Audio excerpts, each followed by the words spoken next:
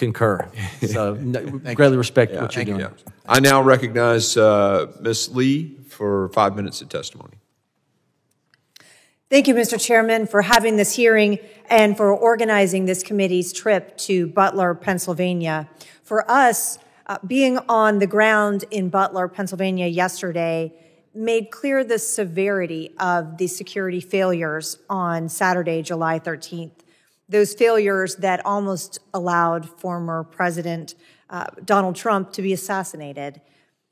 Unfortunately, what has followed that failed assassination attempt is an erosion of public trust related to those responsible for keeping the president and the attendees of the rally safe. We've heard that because of a sloped roof, law enforcement was not able to safely secure the area that day. We've heard reports that certain officers abandoned their posts due to weather conditions. We've heard the Secret Service attempt to shift blame to state and local law enforcement, asserting that they failed to secure certain areas in the perimeter.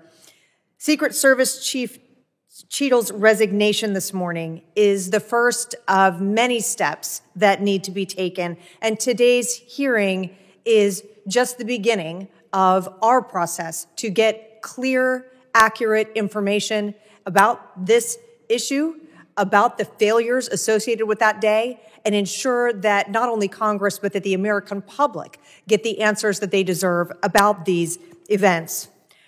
Mr. Yoes, I'd like to start with you.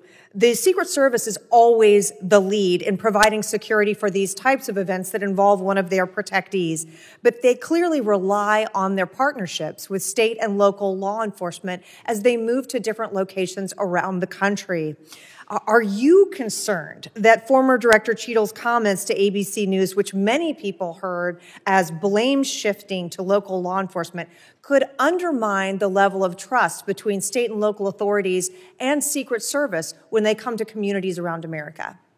Yes, I absolutely do, and our organization actually issued a press release stating just that. Our relationship, it's impossible for a federal agency to do their function without including local law enforcement. That's a given. And that relationship is built on trust. And when comments were made, like what made on ABC, then we felt the need to call her out on it. And do you believe that the federal government's statements to the public, to the American people after this attempted assassination have helped or harmed public trust in law enforcement overall? You know, I'll say this. The very powers that we have are the ability to do our job as law enforcement officers is directly related to trust.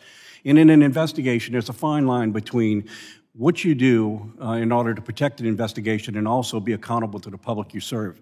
And when you don't walk that fine line, then it does create distrust. And it does cause a lot of confusion. A lot causes people to fill in their own blanks. And as a result, this is what we see. Sharing accurate information is important to keep everyone informed so that it doesn't run in different directions.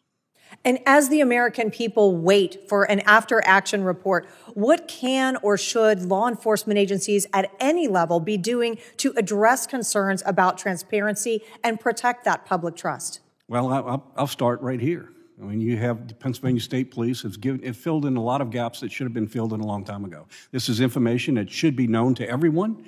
It is, you know, essential facts. It doesn't change.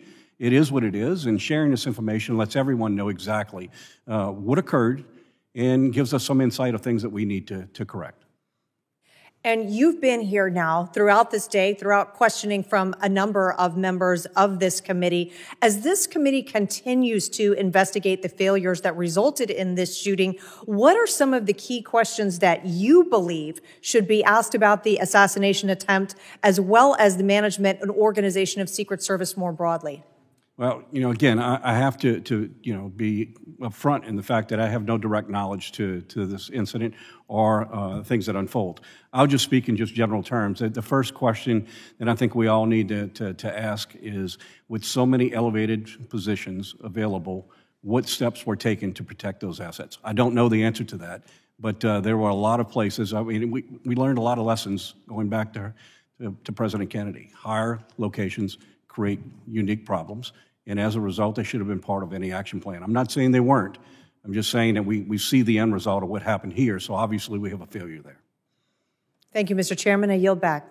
The gentlelady yields back and now recognize the gentleman in whose district this tragedy occurred, fine representative from Pennsylvania, Mr. Kelly.